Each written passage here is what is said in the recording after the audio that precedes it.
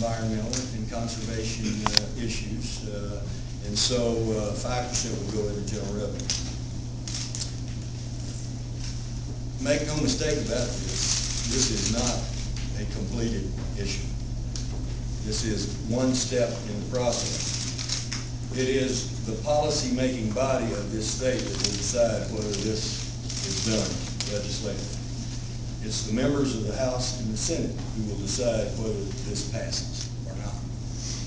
Now, they deserve time to analyze the proposal. They deserve the opportunity to be able to see it in writing and make up their own minds on what they believe is good public policy for the state. I hope you will give them a few days, because by its very nature, they have not been involved in all of these details. They have not been involved for a lot of reasons, not the least of which is they are almost like our board of directors. The legislature is in effect the board of directors. And I'm almost like the CEO. And you put together a plan and you take it to the board of directors for their approval, modification, or rejection. And that's what we'll do. But under any circumstances, 3/4 vote is very difficult. I've been in this process for a long time and watched regular sessions and special sessions and votes that required extraordinary majority. And I can tell you that it is no easy matter to get 3/4 of both houses on virtually anything. So we should be under no illusions about the difficulty of this task. It will take hard work by lots of people, and it will take persuasive and convincing arguments that this is in the best interest of the people of Arkansas to get 3/4 in the House and 3/4 in the Senate. I will not call a special session if we don't have sufficient commitments to ensure that success. I've been through sessions where governors called them without the votes. I've seen them languish, and I've seen sessions closed down without success. It's not in the best interest of the legislature to do that. It's not in my best interest to do that. Most importantly, it's not in the best interest of the people of Arkansas to do that. It's a waste of time and money, and so if we don't have the votes, we won't call them. I'm not bashful about telling you where the votes are. We'll start calling roll calls after we distribute the salient information to the members of the General Assembly and give them time to peruse. Many of them already know, based upon just personal conversations or based upon what they've read, but they do deserve the opportunity to be able to reflect on this. And if we'll give them a few days and let them think about it and reflect on it, then we'll start roll calling and see where we are. And if the votes are there, we'll call it. If it's not, we won't. Question? What's the earliest date? Probably realistically, we're looking both earliest and latest. Although I always want some wiggle room on this, it's probably last week in March or toward the end of March. We've got spring break coming up. We've got to have the opportunity to analyze. We've got to have an opportunity to do a lot of roll calling, and then want it to be over with as soon as possible before the campaigning season is in full gear.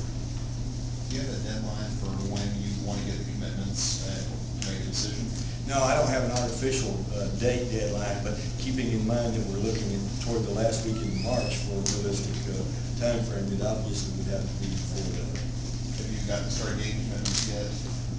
No, we haven't. I've talked to several who have committed, but we haven't started a formal roll call process in that regard.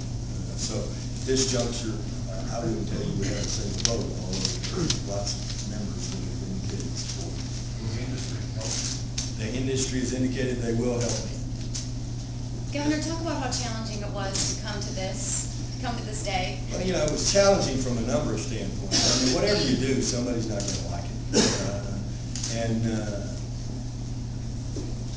There was a time period when, some of these people don't know me, and so they didn't know how serious I was or was not on any given issue. One of the things we wanted to do, and this is very important, this industry is really helping Arkansas right now. It's employing a lot of people. Our tax revenues from the affected areas are significantly up. both in sales tax numbers from those cities or counties where there's a heavy shale play, as well as income tax numbers. I don't know that those income tax numbers, because I don't get that breakdown on where those income tax figures come from, but we're kind of bucking the national trend, and even bucking in some of those areas, some of our projections. You have to attribute a significant amount of that to the shale play and the employment that's generated. We do not want to hurt that.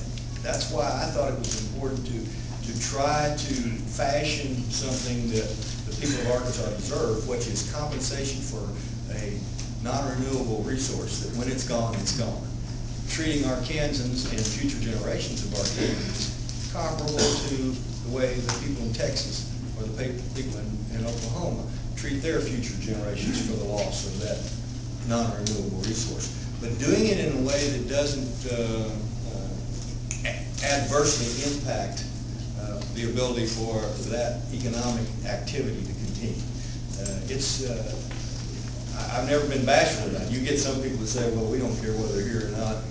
They're messing up the roads and they're messing up the environment and they're taking something that ought not to happen, so we don't even care if they're here. And then you get other people that say, don't do anything to them because this is wonderful and we've never had anything this good, and the first thing you want to do is tax somebody that's creating all these kinds of jobs. Somewhere between those extremes, you see, I felt was good public policy, where you do treat Arkansans and future generations of Arkansans to comparable treatment as other states, but you do it in a way that doesn't discourage the economic activity. It was hard.